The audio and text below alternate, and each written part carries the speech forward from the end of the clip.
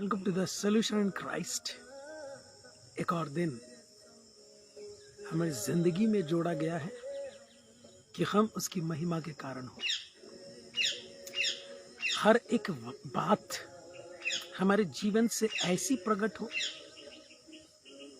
मानो परमेश्वर को प्रसन्न करते हुए परमेश्वर की उपासना, क्योंकि ये सारी चीजें जो हमारे जीवन को एक नए मोड़ या नई दिशा, एक ऐसे मार्ग में ले जाती है जो परमेश्वर की ओर से तैयार किया गया है।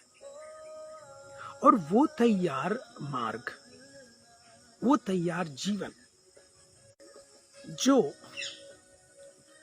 परमेश्वर हमारे संग रहकर इस दुनिया में बहुत कुछ प्रदान करना चाहते हैं।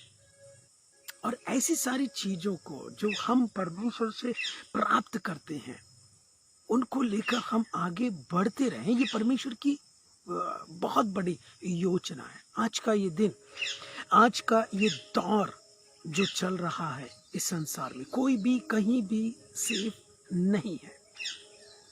कोई भी कहीं भी सेफ नहीं है।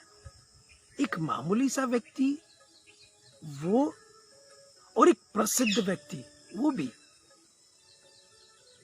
आप समाचार पत्र या ऐसे न्यूज जब उठाकर देखते हैं, सुनते हैं, तो वो सारी चीजें सामने आती है जो शायद जीवन को एक ऐसे मोड़ पर ले जाकर खड़ा कर दे कि अब क्या करें, अब क्या करें।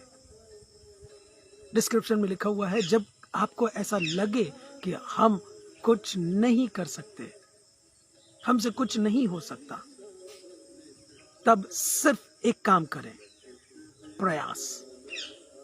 अच्छे कामों का, अच्छी बातों का, अच्छी चीजों का प्रयास।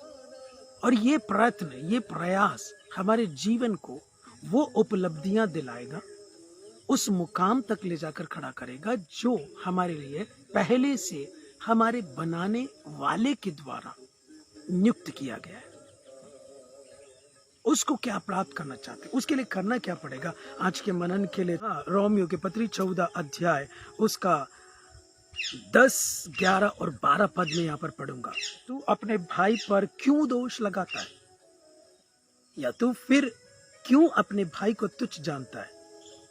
हम सब के सब परमेश्वर के न्याय सिंहासन के सामने खड़े होंगे। परमेश्वर के न्याय सिंहासन के सामने खड़ा होना ये तय है। और हर एक को, हर एक को, जो शायद इस दुनिया को छोड़कर चले गए उनको भी, और जो इस दुनिया में है उनको भी, मतलब जो मर गए उन्हें भी खड़ा होना पड़ेगा, जो जिंदा है उन्हें तो खड़ा होना ही पड़ेगा। हम फिर किसी और पर दोष लगाकर हम क्यों अपने जीवन से वो सारी चीजों को निकलने देते हैं जो अंदर भरा हुआ है। वाह, इस बात से मैं भी कुछ सीख रहा हूं। एक उदाहरण देता हूं। एक व्यक्ति एक पानी से भरा हुआ ग्लास लेकर खड़ा हुआ था, और दूसरा एक व्यक्ति आता है, उससे टकराता है और वो पानी छलक के गिर जाता है। एक व्यक्ति वहां पर आकर पूछता है कि भाई साहब, आपने ये पानी गिराया क्यों। वो तुरंत बोलता है, मैंने नहीं गिराया, वो अगला व्यक्ति आकर मुझसे टकरा रहा है तो गिरेगा ही ना। पर ये गलत जवाब है। हर कोई होगा तो यही जवाब देगा। गलती उसकी है, वो आया, टकराया तो पानी गिरा। पर सही जवाब क्या है। पानी उन्होंने नहीं गिराया, आपने नहीं गिराया, जो ग्लास में पानी था वो गिरा। ग्लास में पानी था, वो गिरा। मेरे और आपके जीवन में भी यही एक चीजें लागू होती हैं। प्रतिदिन, हर समय कोई ना कोई व्यक्ति हमसे टकराता है, हम किसी और से टकरा जाते हैं, वाद विवाद होता है, बातें होती हैं, और आपको पता है जो अंदर भरा होता है वही निकलता है, वही निकलता है। कोई भी टकराए, जो अंदर भरा रहेगा ना वो निकलेगा। पानी भरा था, पानी निकला, पानी छलका। कुछ और चीजें होती तो वो छलकती। आपको नहीं लगता है कि मेरे और आपके जीवन को परमेश्वर ने इस संसार में इसलिए रखा है कि एक उदाहरण और नमूना जो प्रभु यीशु मसीह बोलते हैं मैंने पेश किया, उसको अपनाओ, उसी में आगे बढ़ते जाओ।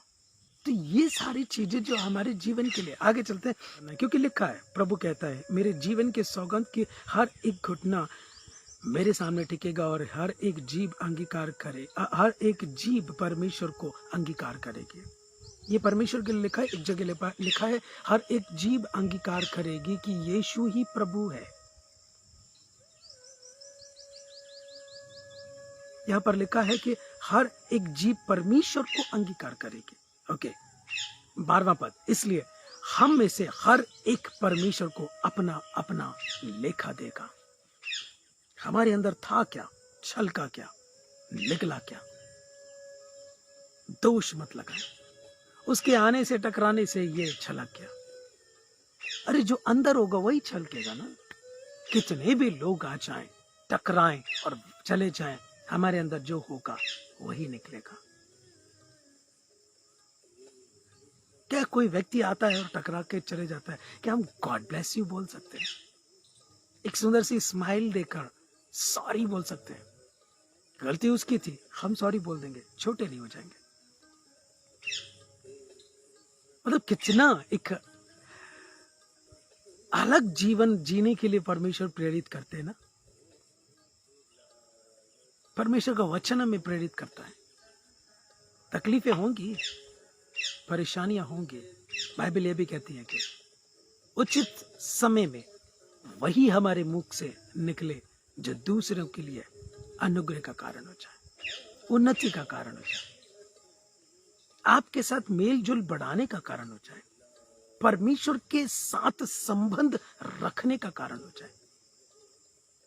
इनके जरिए हम परमेश्वर को जान सके, इनके जरिए हमने शांति पाई, इनके जरिए हम परमेश्वर के करीब आ सके, इनके जरिए हम चुने जा सके। ऐसी वाली चीजें हमारे जीवन से, इनकी जगह कोई और होता तो बड़ा विवाद हो सकता था, पर इन्होंने ऐसी कोई प्रतिक्रिया नहीं दी कि विवाद जैसी स्थिति बन जाए, दंगे भड़क जाए, कुछ और चीजें हो जाए।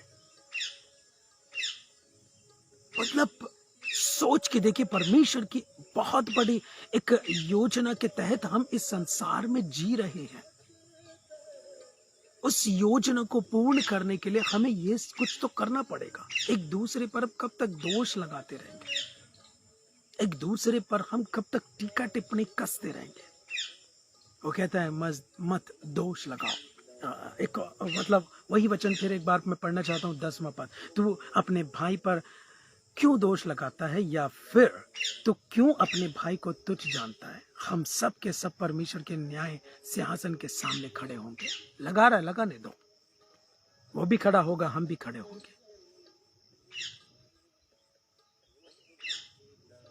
दुनिया एक तरफ और आप एक तरफ हो सकते हैं, करने दीजिए। वे अपनी जगह पर खड़े होंगे, हम अपनी जगह पर खड़े होंगे। मैंने बड़े बेटे को पिछले दिनों में कहीं जाने के लिए वो टोटली मना कर दिया कि नहीं, मैं नहीं जाऊंगा। मैंने बोला बेटा, उनका किया उनके साथ, हमारा किया हमारे साथ। उसकी बुद्धि खुल गई, दोबारा उसने मना नहीं किया कि मैं नहीं जाऊंगा, तुरंत तैयार हो गया। हम हर बात में एक चीज दूसरों को सिखा सकते हैं।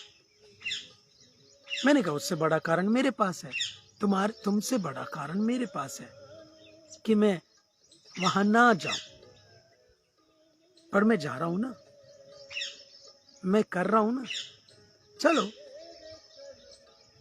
वो तैयार हो गया। मैंने प्रभु को धन्यवाद दिया कि उसके अंदर ऐसी एक बुद्धि अभी भी पाई जाती है कि वो समझ सके अच्छा क्या है, बुरा क्या है। आज मेरे और आपके सामने भी यही चीज है। विवाद जैसी स्थिति बनेगी, एक बुरे से बुरा प्रभाव या प्रतिक्रिया देने की स्थिति बनेगी, तो भी मैं और आप यदि अपने आप को परमेश्वर की योजना में शामिल रखे, जुड़े रहे, तो एक काम जरूर करेंगे, प्रयास। जब लगे कि अब कुछ नहीं हो सकता, हम कुछ नहीं कर सकते, तब एक काम, सिर्फ एक काम जरूर करें, प्रयास अच्छा करने का, अच्छा बोलने का, अच्छा रहने का, अच्छे से चलने का। परमेश्वर हमारे साथ है। आमेन, प्रेज द लॉर्ड। प्रभु जी, हम धन्यवाद करते हैं आज के सुंदर दिन के लिए, उन सुंदर बातों के लिए, आपके सुंदर सामर्थी वचनों के लिए, जो हमारे जीवन पे ऊपर एक बार फिर प्रकट हुआ है। इसके अनुसार हम जीते हुए आगे बढ़ सके। प्रभु, जो भाई बहन सुनते हैं, उनके जीवन में आप काम करिए, उसके अनुसार बढ़ने के लिए आप प्रेरणा प्रदान करिए, शक्ति दीजिए, सामर्थ्य दीजिए। हमारे अंदर वो शक्ति नहीं कि हम ये ऐसी चाल चल सके, लेकिन आपके दिए हुए प्रकाशन और आपके दिए हुई शक्ति और सामर्थ्य से हम सब कुछ कर सकते हैं। हमें ये सब कुछ करना सिखाइए, आगे बढ़ाइए, ताकि आपकी महिमा हो सके। प्रभु, हम प्रयास करते हुए आगे बढ़ सके, दोष ना लगाएं, पर परमेश्वर आपकी महिमा के लिए जैसा आप चाहते हैं वैसा करते हुए आगे बढ़ सके। सारी महिमा आपको मिले, यीशु के नाम से मांगते हैं, आमीन। God bless you. परमेश्वर बहुत आयत की आशीष आपको प्रदान करे। याद रखें, जब लगे कि हम कुछ नहीं कर सकते, हमसे कुछ नहीं हो सकता, सिर्फ एक काम करें, प्रयास। और ये प्रयास आपको जरूर सफलता दिलाएगा और आपके मुकाम तक पहुंचाएगा, अनंत काल के जीवन तक पहुंचाएगा। Thank you so much. God bless you. Take care.